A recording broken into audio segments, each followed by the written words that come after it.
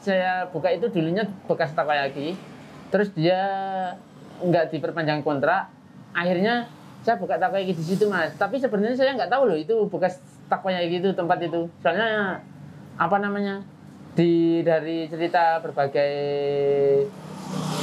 apa namanya pesanan-pesanan sama driver ojol ini dulu bekasnya takoyaki Mas, tapi nggak tahu takoyaki apa gitu.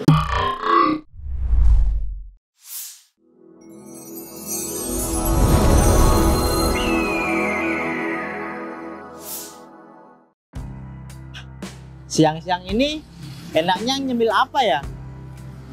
Yang bikin nggak kenyang tapi enak. Coba lihat, siapa tahu ada camilan Jepang di daerah sini.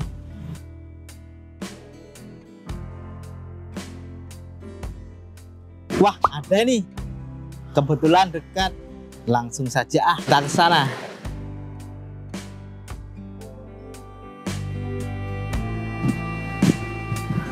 Wah, ini nih takoyakinya.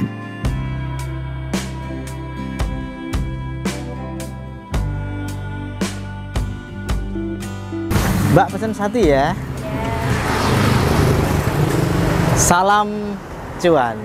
Kembali lagi tentunya di channel YouTube Terbang Tinggi, Learn Together, Fly Higher. Nah, di kesempatan kali ini kita akan mengulik sebuah usaha makanan khas Jepang yang namanya takoyaki di sini. Takoyaki adalah makanan khas Jepang yang terbuat dari tepung, berbentuk bulat dan bermacam-macam varian isinya. Usaha ini ditekuni oleh seorang anak muda yang berawal dari orang Jepang datang atau berkunjung di tempat tinggalnya, beberapa kali belajar membuat takoyaki. Nah, bagaimana kisah inspiratifnya usaha ini bisa berkembang dan menghasilkan cuan? Saksikan hanya di channel YouTube Terbang Tinggi, Learn Together, Fly Higher.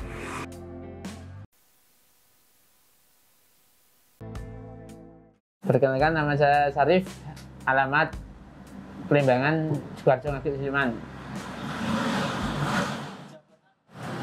Jabatan di sini pemilik usaha takoyaki di sini, salah satu UMKM di Sleman. Untuk takoyaki di sini ada 3 cabang. Yang ini cabang pertama ada di Jalan Kaliurang KM 13, yang kedua ada di Jalan Pandega Marta, yang ketiga ada di Jalan Purwomartani, Bro Monilan ya, yang benar. Untuk berdiri mulai 2019 Mas, tepatnya April 2019, kemudian 2020 kemarin sempat vakum karena pandemi ya, jadi nggak bisa keluar masuk desa itu karena masih steril benar di desa. Terus akhirnya mulai bangkit pertengahan 2020 habis Idul Fitri, tapi berkahnya pandemi malah bisa buka cabang ini Mas. Usaha ini dibangun sendiri Mas, jadi berbekal dari ilmu dari orang Jepang yang sedang wisata, mampir di wisata di Jogja tepatnya kemarin itu. Jadi bikin makanan-makanan Jepang, akhirnya sering buat, jadi lambat laun takoyaki ini bisa menjadi usaha hingga saat ini Mas. Kalau milih takoyaki ini sebenarnya simpel Mas, dari segi bahan baku, kemudian dibuatnya tuh yang jelas simpel, sama bahan baku mudah didapat, sama nggak terlalu rumit juga, sama yang jelas mudah sih Mas untuk dari segi bahan baku sama pembuatannya itu. Karena kalau bikin kayak omniyaki itu, kalau buat mengawali itu kayaknya kan banyak nih makanan Jepang beberapa kategori kan. Nah, pilihnya takoyaki ini yang peralatannya kan mudah didapat, kemudian bahan bakunya, terus dari segi tempat kan efisien untuk mengawali usaha. Seandainya dulu itu ngawali usaha, seandainya belum berhasil kan nggak rugi-rugi amat gitu loh Mas. Soalnya kan dulu saya juga posisi masih kerja juga ya. Ada orang Jepang wisata di Jogja, kemudian stay lama di Jogja, kemudian sering jalan-jalan pagi di depan hotelnya, kemudian hotelnya yang ditempatin itu kan dekat rumah saya. Nah, sering main ke tempat saya itu, terus akhirnya bikin takoyaki itu, Mas. Kalau saya pribadi loh, kalau mengawali idenya takoyaki ya dari itu, orang Jepang itu yang wisata ke Jogja, terus saya teruskan gini, Mas. Ya itu, Mas, sebenarnya simpel, sama nggak butuh space tempat yang banyak, nggak butuh modalnya nggak terlalu banyak juga kan, Mas. Kalau kayak misalnya foto, makanan berat gitu kan modalnya juga cukup lumayan lah. Kalau takoyaki kan modalnya kan ya ada modal ya lumayan, hanya saja yang penting bagaimana konsistennya kita membangun branding, Mas, tepatnya dari berbagai marketing, ya yang penting produk dulu baru marketing sih. Paling awal kendala itu alhamdulillah nggak ada, Mas, kalau untuk kendala. Hanya saja soalnya dulu buka itu dilalai. Tempat saya itu dulu bekas takoyaki. Tempat yang saya buka itu dulunya bekas takoyaki. Terus dia nggak diperpanjang kontrak. Akhirnya saya buka takoyaki di situ, Mas. Tapi sebenarnya saya nggak tahu loh itu bekas takoyaki itu tempat itu. Soalnya dari cerita berbagai pesanan sama driver ojol ini dulu bekasnya takoyaki, Mas, tapi nggak tahu takoyaki apa gitu. Akhirnya saya teruskan itu, alhamdulillah bisa berkembang, baru bisa buka 3 ini, Mas. Kalau untuk mengawalnya alhamdulillah masih sesuai yang awal di Jakal KM 13 itu, tepatnya di depan Indomaret, depan Jagung. Masih stay di sana, Mas, alhamdulillah tambah maju aja di sana. Terus akhirnya bisa buka cabang di Pandega sama Purwo ini, Mas, berawal dari teras Indomaret sih, Mas. Pas awal pandemi kita juga harus tutup, kemudian tutup masuk dalam artian nggak tutup sementara, vakum itu sewa juga jalan terus, sama gaji karyawan juga harus jalan. Akhirnya mau nggak mau juga bagaimanapun tabungan ini yang penting ada modal buat jalan gitu aja, Mas. Yang penting buat jalan, semuanya sewa tetap lanjut, sewa teras tetap lanjut, gaji karyawan tetap terbayarkan. Yang penting semuanya jalan dulu, Mas, waktu itu. Yang penting waktu itu walaupun ada beberapa yang harus diambilkan dari tabungan pribadi buat usahanya tetap maju, itu Maret, April, Mei, Juni, Juli. 4 bulan. Iya. Untuk bangkit ya karena kepepet, Mas. Karena uang juga udah menipis kan, karena buat buat operasional harian, buat makan sehari-hari juga kan. Kalau nggak bangkit nanti pemasukan dari mana, Mas, gitu. Nanti kan apalagi sewa tempat kan semuanya jalan terus gitu. Akhirnya juga bangkit, kemudian mulai belajar digital marketing ini, Mas. Kenapa kok biar bagaimana setelah vakum ini biar tetap penjualan itu tetap ada, karena sebelum pandemi itu benar-benar populer, Mas, di aplikasi GoFood. Kalau sumber modal itu unik banget sih, Mas. Hadiah dari Asian Games, Mas. Itu yang pertama. Soalnya dulu itu kan 2018 sebelum kerja kan saya juga kerja juga, Mas, terus sampingan jadi blogger, menulis. Akhirnya pas waktu itu kan ada event Asian Games ya 2018 itu. Nah, dari Kominfo itu ngadain satu provinsi diambil 2, kategori umum sama mahasiswa. Nah, saya alhamdulillah bisa juara 1 mewakili provinsi DIY ketika itu, blogger, menulis.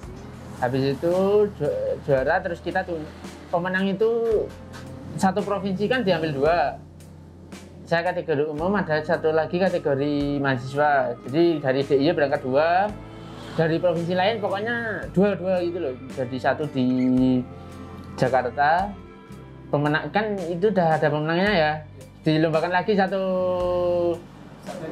Indonesia itu dalam di Jakarta ya, dapat nominasi pertama ketika itu. Nah, terus itu dapat uang saku dari Kominfo itu dari pemerintah 10 sampai 2018.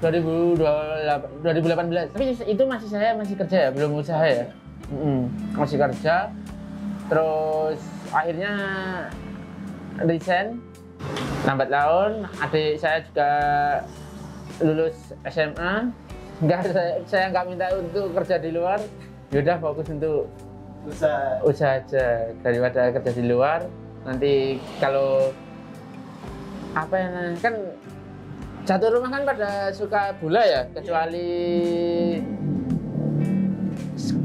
intinya kecuali orang tua.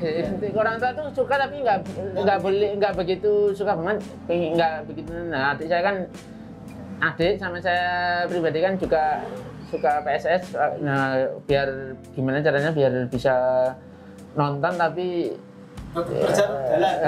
itu. Terus adikku, ya udah kamu usaha aja daripada nanti itu apalagi adik waktu itu juga pengen masuk ABRI juga kan, masuk TNI, tapi lambat laun usaha maju. Terus akhirnya cita-citanya malah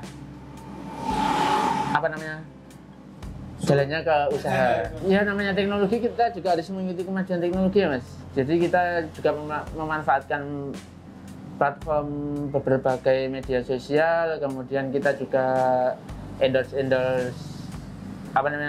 artis yang begitu suka dengan kuliner, sama berbagai food blogger, kemudian memanfaatkan Instagram Ads, Facebook Ads, sama GoFood Ads, GrabFood Ads gitu Mas, sehingga memperluas market itu tetap ada, sama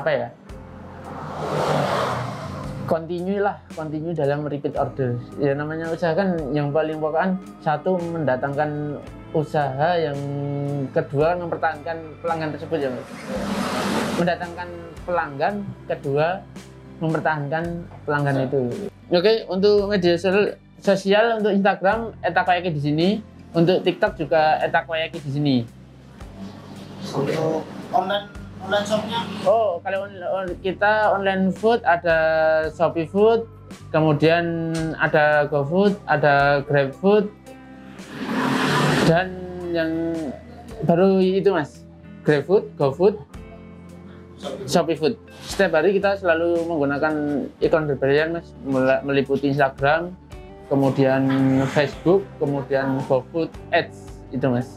Pas kita benar-benar rame itu 100 sampai 200 box sih Mas untuk perharinya. Dari beberapa supplier yang sudah kita jalin kerjasama Mas, untuk bahan baku mulai dari seafood, kemudian toppingan, katsuobushi, itu dari beberapa supplier yang sudah kita kerjasama mengawali usaha. Mungkin profit bersih dari bahan baku semua itu sekitar 60-70%. Yang jelas dari jalanannya usaha ini alhamdulillah bisa ada kebahagiaan sendiri sih Mas, ada kebahagiaan sendiri, bisa bisa kenal banyak orang yang sebelum bisa kenal beberapa artis. Dengan adanya artis itu kita bisa endorse, bisa ketemu gitu Mas. Itu Mas dari segi kesenangan. Dari segi materi alhamdulillah bisa buat tabungan, bisa buat yang lain-lain Mas. Untuk selanjutnya yang penting kita konsisten, kemudian terus melebarkan sayap, menambah cabang. Untuk ngomongin franchise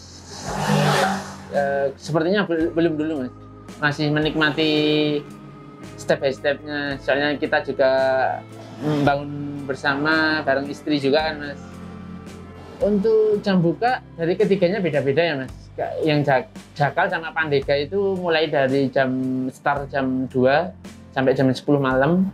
Kemudian apa namanya, yang Purwo itu dari jam 2:30 sampai 10 malam juga. Kalau usaha ini, kalau yang penting yang jelas saya jalani dulu ya Mas, untuk kedepannya bagaimana. Yang penting kita juga terus belajar berbagai bidang-bidang, soalnya teknologi yang semakin pesat ini kita juga nggak harus bisa ngelak ya Mas, kita tetap juga harus belajar bagaimana terus usaha ini terus konsisten 5 tahun ke depan, 10 tahun ke depan, sehingga bisnis usaha ini biar bisa apa ya Mas, terus maju, terus eksis, apa namanya, sustainable, syukur-syukur bisa punya banyak cabang lah Mas, itu harapannya Mas. Buat teman-teman yang pengen mengetahui perkembangan usaha atau maupun belajar dari usaha di Sleman, bisa kunjungi channel Terbang Tinggi. Jangan lupa subscribe and share channel tersebut. Saya Syarif Hidayat, pemilik dari brand Takoyaki di sini, mengucapkan terima kasih untuk channel Terbang Tinggi. Sukses selalu.